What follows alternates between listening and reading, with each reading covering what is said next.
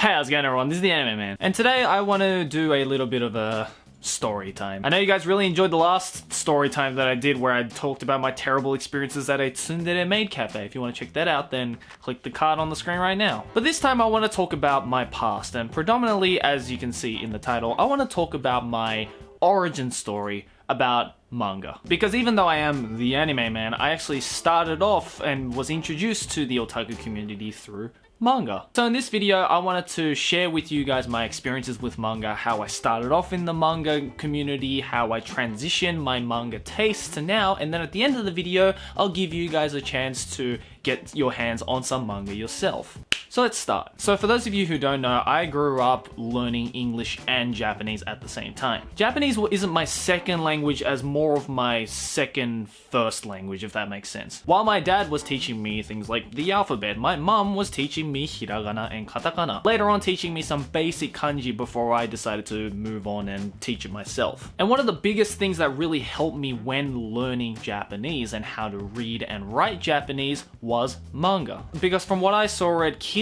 manga is kind of like the equivalent of like Dr. Seuss and picture books in English. And one of the very first manga series that I ever read and what essentially got me into manga to begin with was a little series called Doraemon. Now, if you ask any Japanese kids, they will say that they grew up reading Doraemon. It's like the pinnacle of Japanese kids manga, and every kid, regardless of what generation you're from, knows who Doraemon is or has at least read at least one story from Doraemon. And the moment I read the first volume of Doraemon that my mum just so happened to have, I don't know where she got it from exactly, maybe she got it from a friend or someone, I instantly fell in love with it. And I asked my mum, I'm like, Mum, I need more of this. I need to read more Doraemon. I need all of the Doraemon manga and the Doraemon anime and the Doraemon movies, and all of it's amazing. And so my mum got her hands on all sorts of Doraemon stuff. She got a lot of the Doraemon manga, which I read like crazy. I watched all the Doraemon movies, I watched all of the anime. It was my childhood. And then from there, I discovered a little series called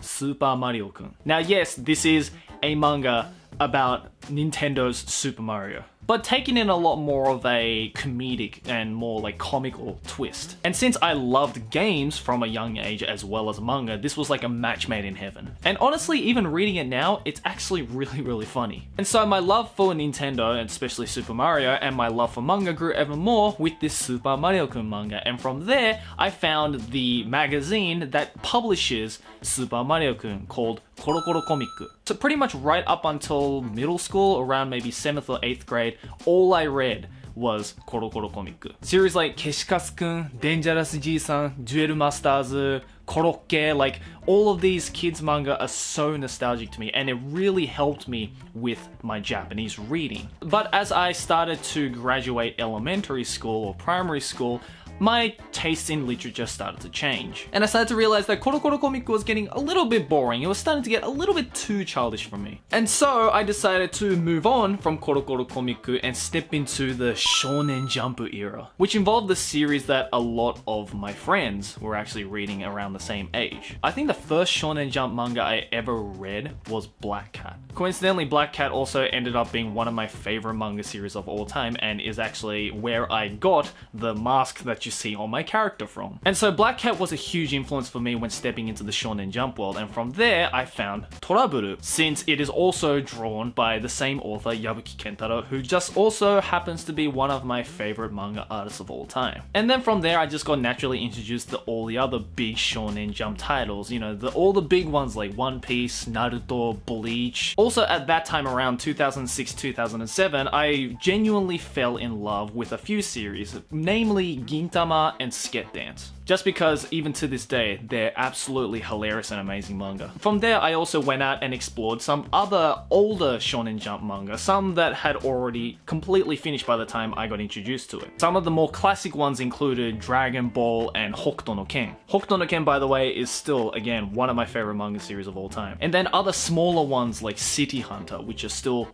so brilliant. But then there was one Shonen Jump manga that really stuck out for me and really kind of developed my even bigger love for manga in general. And that was this series right here, Bobobo-bo Bo-bobo. I've read a lot of comedy manga in the past. You know, I got introduced to Gintama and Sket Dance, which are still absolutely hilarious. But when it comes to comedy manga, nothing in my opinion beats Bobobo-bo-bo-bobo. Bobobo-bo-bo-bobo in my recollection was actually the first manga series that I actually collected all of the volumes for. That's how much I love this series, and to this day I still love rereading it. But the problem is I was still living in Australia at the time, and it was quite difficult to find these, volumes of manga, especially because a lot of them at the time had never come out in English. And so the only way I could get my hands on it was to actually go to Japan, and every time I went to Japan to go visit my family, I would go to the secondhand stores and literally buy a giant cardboard box worth of manga. But there was no way I could bring it back on the plane, so I'd have to ship it, and it would take like 3 or 4 months, and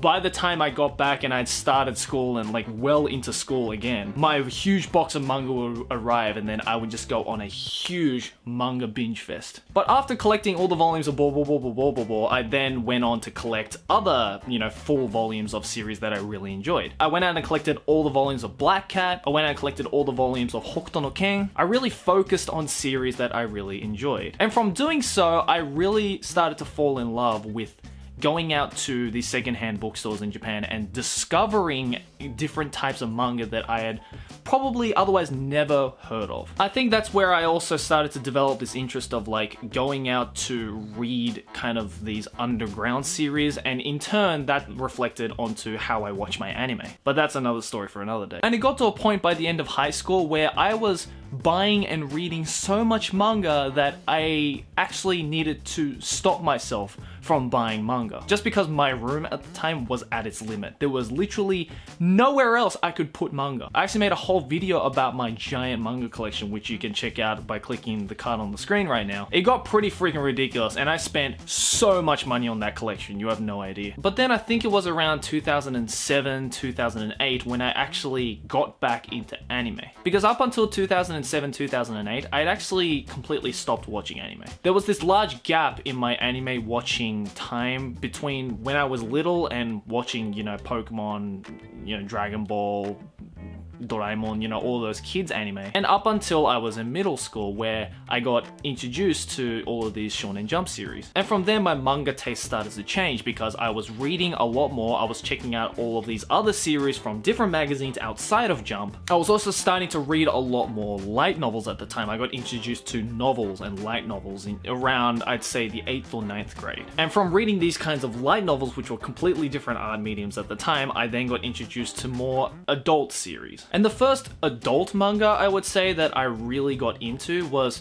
actually given to me by one of my mum's best friends. I went to his house one time and he just gave me this huge box of manga, and he's just like, take it all. I know you love manga, so take away my collection and put it into your own. And so I got a few series that I'd absolutely never heard of. A lot of them were kind of for me because, again, at the time, they were a little bit too adult for me. But the one adult series I would say that I really got into was a little series called Kyou kara Hitman, which I honestly don't know anybody else who has read this manga. And honestly, up until that point, I'd never heard of this manga. All I knew at the time was that this was quite an adult manga. And I actually got really into it. It's just about this salaryman who ended up turning into a hitman upon unfortunate circumstances, and him trying to, do all of these like terrible hitman and like shady shit as a hitman, but on the inside he's still just a regular salaryman. So that was actually really charming to me, and from there I kind of grew my love for different types of adult manga. I read so much adult manga after that, you have no idea. Some notable adult manga that I really got into are series like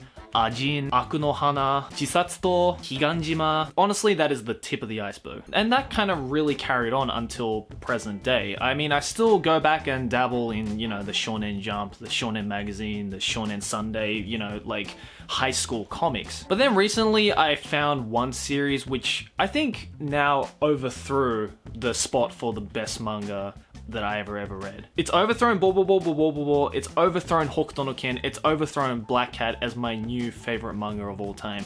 And that's a little series called Oyasumi Punpun. Like, this is a series that I've been wanting to talk about for so long and I've been wanting to read for so long, and I only just this year managed to get my hands on it, and it is absolutely phenomenal. Now that I am watching anime and reading manga and analyzing them as a profession, I've really come to appreciate these more philosophical and, I guess, more emotionally driven and very psychological heavy series. And Oyasumi Punpun just happens to be a masterpiece in that. And honestly, it is probably one of the best manga series I've ever read, if not the best manga series ever made. But I don't know, maybe the next manga I pick up or just happen to find in a secondhand bookstore might overthrow that spot again. Because again, I am also very open to trying out new manga. I find a new manga every day that always tickles my interest and I'm like, oh, that looks really, really good. And I think that's what's the great thing about manga is that, like, if you've been reading it all your life like I have, your tastes do change and that's okay. I think it's actually better if your tastes do change over time because you end up reading all sorts of different manga. I mean, during high school when I was super into series like Toraburu, all I was ever interested in was the fan service heavy, the ecchi heavy kinds of series. But now I don't want to read those kinds of series anymore. I'd rather read, you know, very psychological and very experimental series like Oyasumi Punpun. But the good thing is, now that I have experienced both sides of the spectrum, the next manga that I find will again be different and will be a new experience for me. And so